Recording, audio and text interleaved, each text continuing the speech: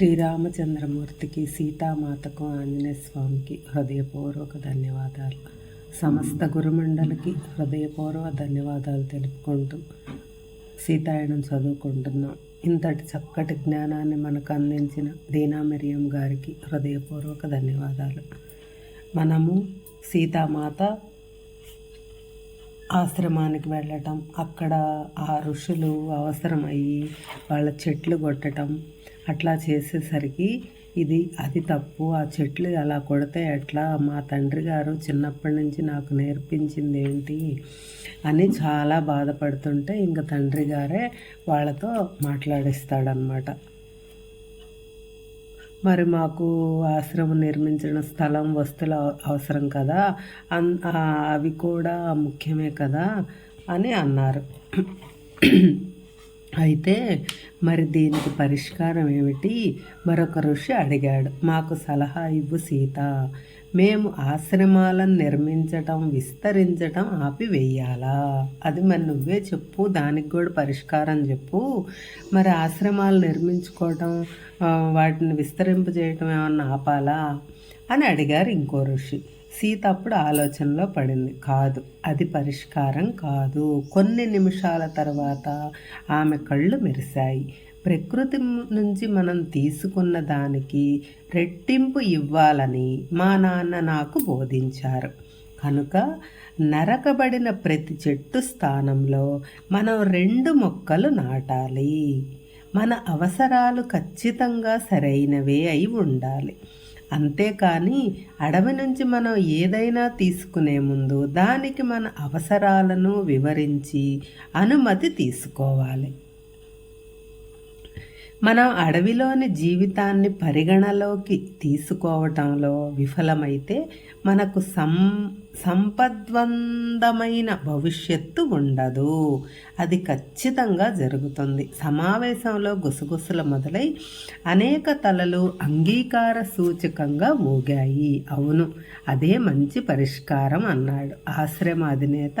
దీనిని మేము వెంటనే అమలుపరుస్తాము. అంతవరకు అన్నీ వింటూ మౌనంగా ఉన్న మహారాజు ఇప్పుడు లేచి, మన విదేహ రాజ్యంలో అందరూ ఈ నిర్ణయాన్ని అమలుపరుద్దాము. దానివలన యువతరం అడవులను రక్షించడం నేర్చుకుని మన పూర్వీకుల్లాగానే జంతువులు, వృక్షాలను జాగ్రత్తగా చూస్తారు అని చెప్పారు. సీత వైపు తిరిగి,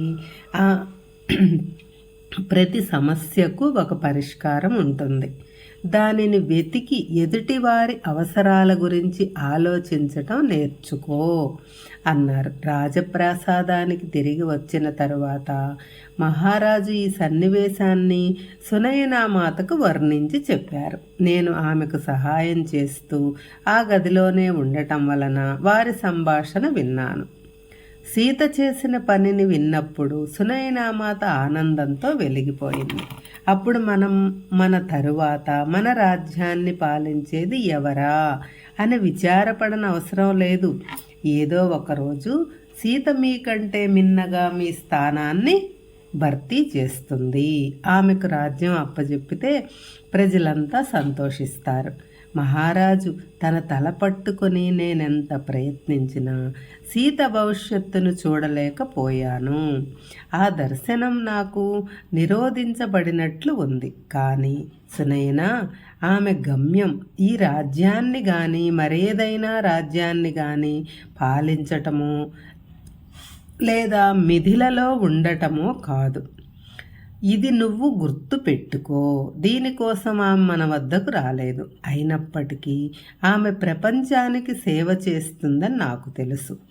ఆ పని కోసం ఆమెకు అవసరమైన శిక్షణ ఇవ్వటం కోసం మనం ఇక్కడ ఉన్నాము.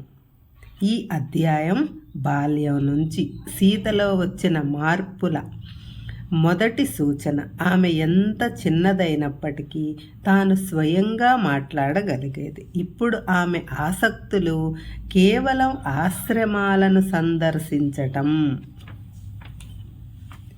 లేదా అడవులలో సంచరించటాలు మాత్రమే కాక, ఋషుల సమక్షంలో ఉంటూ వాళ్ళు చెప్పేది వింటూ వారి బోధనలకు బదులివ్వటం కూడా.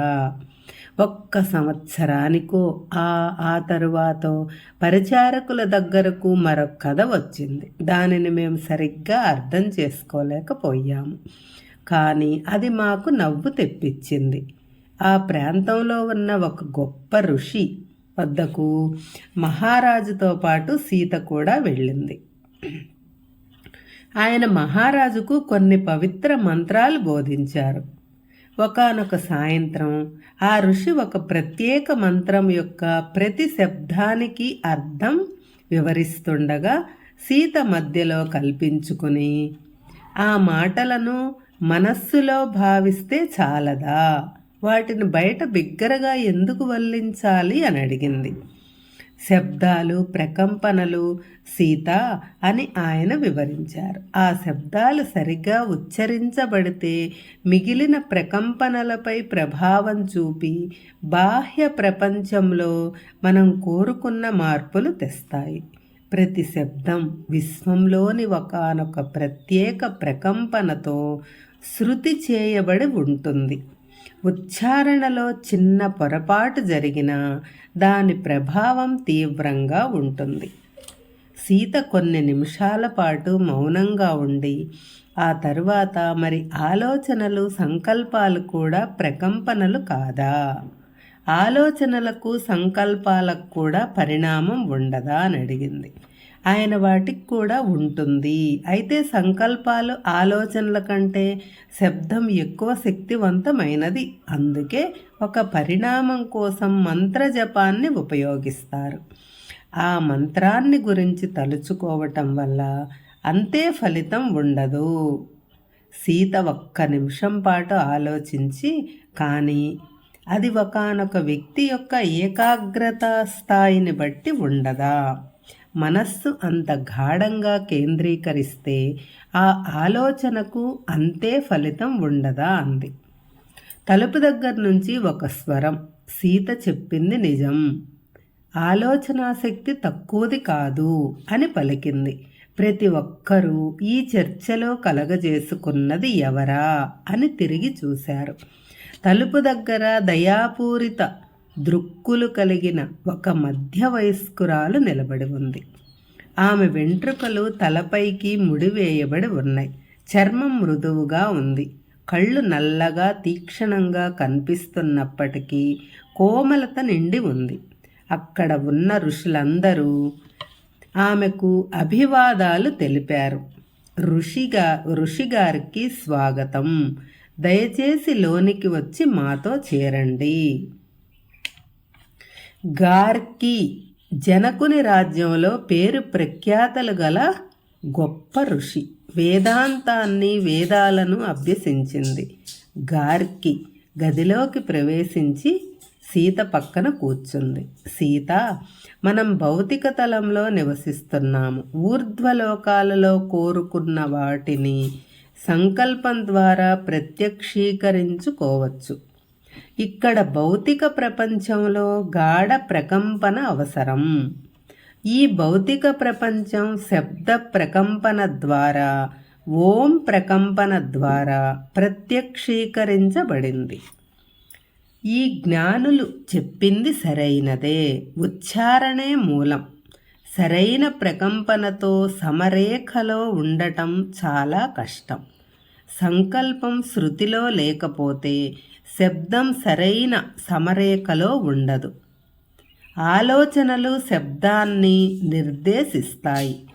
దానికి స్వచ్ఛమైన మనస్సు లేదా చాలా క్రమశిక్షణ కలిగిన మనస్సు అవసరం.